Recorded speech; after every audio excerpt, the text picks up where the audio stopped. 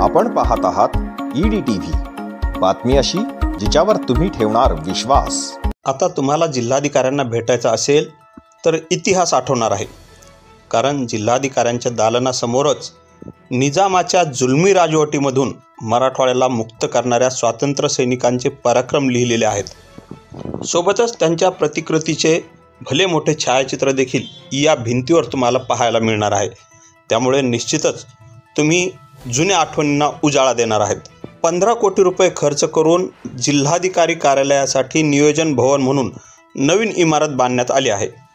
या इमारतीमध्ये जिल्हाधिकारी डॉक्टर श्रीकृष्ण पांचाळ यांनी आज दिनांक 16 रोजी मानव विकास मिशनची पहिली बैठक घेतली।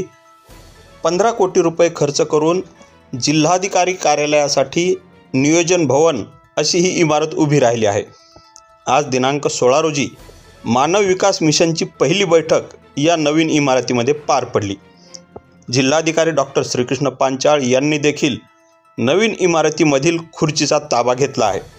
पाहुयात काय आहे या 15 कोटी रुपयांच्या इमारतीमध्ये। ही प्रतीक्षा बरीच केलेली इमारत आता वापरामध्ये येत आहे। पहिला माळा जो आहे तर तो पूर्णपणे आता वापरामध्ये आला। पहिल्या माळ्यावरती DPDC हॉल असेल, माझे दोन्ही DC रूम असेल, माझं स्वतःचं ऑफिस असेल, जिल्हाधिकारी कार्यालय, तर ह्या सगळ्या गोष्टी वापरामध्ये आलेल्या आहेत। ज्या अभ्यंगत व्हिजिटर येतील त्यांना बसण्याची व्यवस्था हे आले आहेत। आणि तळमजला आहे तो देखील 26 जानेवारीपर्यंत पूर्ण करून संपूर्ण इमारत ही वापरण्यामध्ये घेण्यात येणार आहे। आणि त्या दृष्टीनं काही ऑफिसेस आहेत ते देखील इकडे शिफ्ट केले आहेत, कारण अतिशय प्रशस्त आणि मोठी इमारत कामकाजामध्ये सुद्धा सुधारणा व्हावी अशी अपेक्षा आहे। तर त्या धर्तीवरती ऑफिस प्रणाली राबवून तळमजल्यावरती सामान्य प्रशासन विभाग असेल, जिल्हा नियोजन अधिकारी असतील, मानव विकास अधिकारी असतील, तर हे सर्व विभाग या बिल्डिंगमध्ये शिफ्ट करण्यात आले। साधारण मागच्या 4-5 वर्षांपासून किंवा त्यापूर्वीपासून या इमारतीचं काम सुरू होतं आणि बजेट वाढतच चाललं होतं। आज किती कोटींची इमारत मानता येईल आणि कामाची काय परिस्थिती आहे? याच्यामध्ये जी मूळ तरतूद होती तर ती सिव्हिल कन्स्ट्रक्शनची होती आणि त्यामध्ये वाढ न करता काम करून घेतलेलं आहे। बांधकाम विभागाला तशा सूचना दिल्या होत्या। कोणताही डिले जो आहे तर तो नंतरच्या कामांमध्ये होता, म्हणजे इथं जे लागणारे DPDC हॉलला साऊंड सिस्टीम असेल, फर्निचर असेल, बैठक व्यवस्था असेल, या सर्व बाबी ज्या असतात ज्या सिव्हिल कन्स्ट्रक्शन नंतरच्या असतात, तर त्याचं इस्टिमेट जे होतं आणि त्याचं टेंडर प्रक्रिया, त्याची वर्क ऑर्डर, या गोष्टी मागच्या वर्षभरामध्ये प्रायोरिटीवर घेऊन त्या सगळ्या करून आता पूर्णपणे इमारत ही सुसज्ज 26 तारखेपर्यंत होईल। मूळ जी सिव्हिल कन्स्ट्रक्शनची तरतूद होती त्यामध्ये कोणती वाढ केली नव्हती। त्यानंतरचे जे होतं त्या तळमजला आणि पहिला मजला याच्यासाठी सगळ्या तरतुदी, आणि बाहेर जो ओपन एरिया आहे तर तिथे फ्लॅग होस्टिंग असेल, पार्किंगची व्यवस्था असेल, गार्डन आहे, गार्डन अभ्यंगताला जे व्हिजिटर येतील त्यांना बसण्यासाठी व्यवस्था वगैरे, या सगळ्या गोष्टी आहेत। तर असे 3 भाग आहेत। एकूण जर बघितलं सिव्हिल कन्स्ट्रक्शन सुरुवातीचं साधारणतः 6.5 कोटी खर्च झाले होते आणि आताच्या सर्व गोष्टी असं सर्व मिळून जर घेतलं तरी साधारणतः 14-15 कोटीपर्यंत इमारतीचा हा आणि पूर्ण परिसराचा खर्च याच्यामध्ये होतो। आता 26 जानेवारी तोंडावर आहे का? पहिलं ध्वजारोहण 26 जानेवारीला नवीन इमारतीसमोर होणार आहे का? तशी तयारी चालू आहे। पूर्ण प्रोटोकॉलनुसार जर ते तयार झालं तर त्या पद्धतीने 26 जानेवारीचं ध्वजारोहण हे या परिसरामध्ये, एकूण हा परिसर एकच करण्यात येणार आहे, जुनं जिल्हाधिकारी कार्यालय आणि हे देखील हा एकच परिसर, एकच कंपाऊंड अशा पद्धतीने असणार आहे। त्यामुळं तिथला फ्लॅग होस्टिंग हा शिफ्ट होऊन या बिल्डिंगच्या समोर प्रशस्त जागा आहे बाजूला, तर तिकडे त्या पद्धतीने करण्याचा विचार आहे। तर तशी तयारी झाली तर 26 जानेवारीचं ध्वजारोहण या परिसरामध्ये होईल। सर, आता तिकडे काही RDC सरांचे आहेत, ॲडिशनल कलेक्टर सरांचे ऑफिसेस आहेत, तर आपल्या नवीन इमारतीमध्ये कुठले ऑफिस शिफ्ट होतील?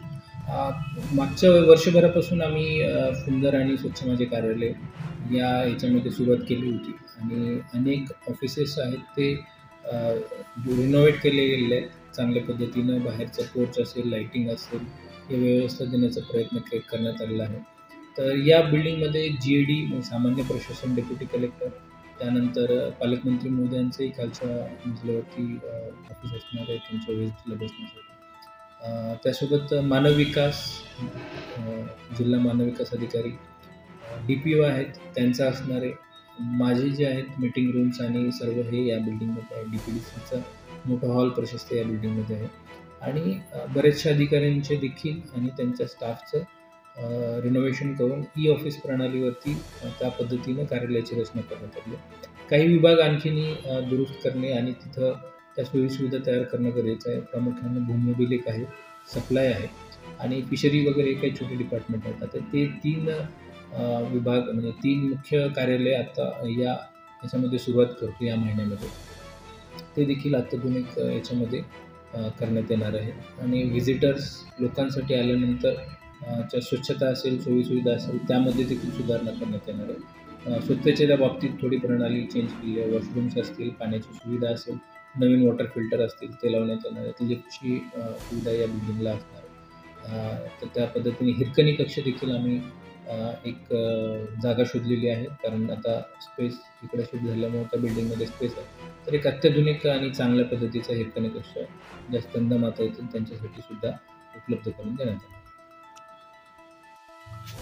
तत्कालीन जिल्हाधिकारी शिवाजी जोंधळे यांच्या कार्यकालात या इमारतीला मंजुरी मिळाली. त्यानंतर आलेले रवींद्र बिनवडे यांच्या कार्यकालात या इमारतीचे बांधकाम सुरू झाले. मात्र कोविड काळामुळे ते लांबले आणि त्यानंतर आलेले काही दिवसासाठीच पाहुणे म्हणून ठरलेले डॉक्टर विजय राठोड यांनी देखील या इमारतीच्या कामामध्ये लक्ष घातले होते. मात्र ते पूर्ण होऊ शकले नाही. ते आज 4थे जिल्हाधिकारी डॉक्टर श्रीकृष्ण पांचाळ यांच्या कार्यकालात पूर्ण झाले आहे आणि त्यांनी या इमारतीचा ताबा देखील घेतलेला आहे. या इमारतीचे एक वैशिष्ट्य सांगता येईल की आत्तापर्यंत पालकमंत्री आल्यानंतर जिल्हाधिकाऱ्यांना आपली खुर्ची सोडावी लागत होती, परंतु या नवीन इमारतीमध्ये पालकमंत्र्यांसाठी स्वतंत्र दालन असल्यामुळे जिल्हाधिकाऱ्यांना आता खुर्ची सोडण्याची गरज नाही, तर पालकमंत्रीच स्वतः जिल्हाधिकाऱ्यांना बोलवून घेऊ शकतात. Dilip Pohanerkar, EDTV news, Jalna.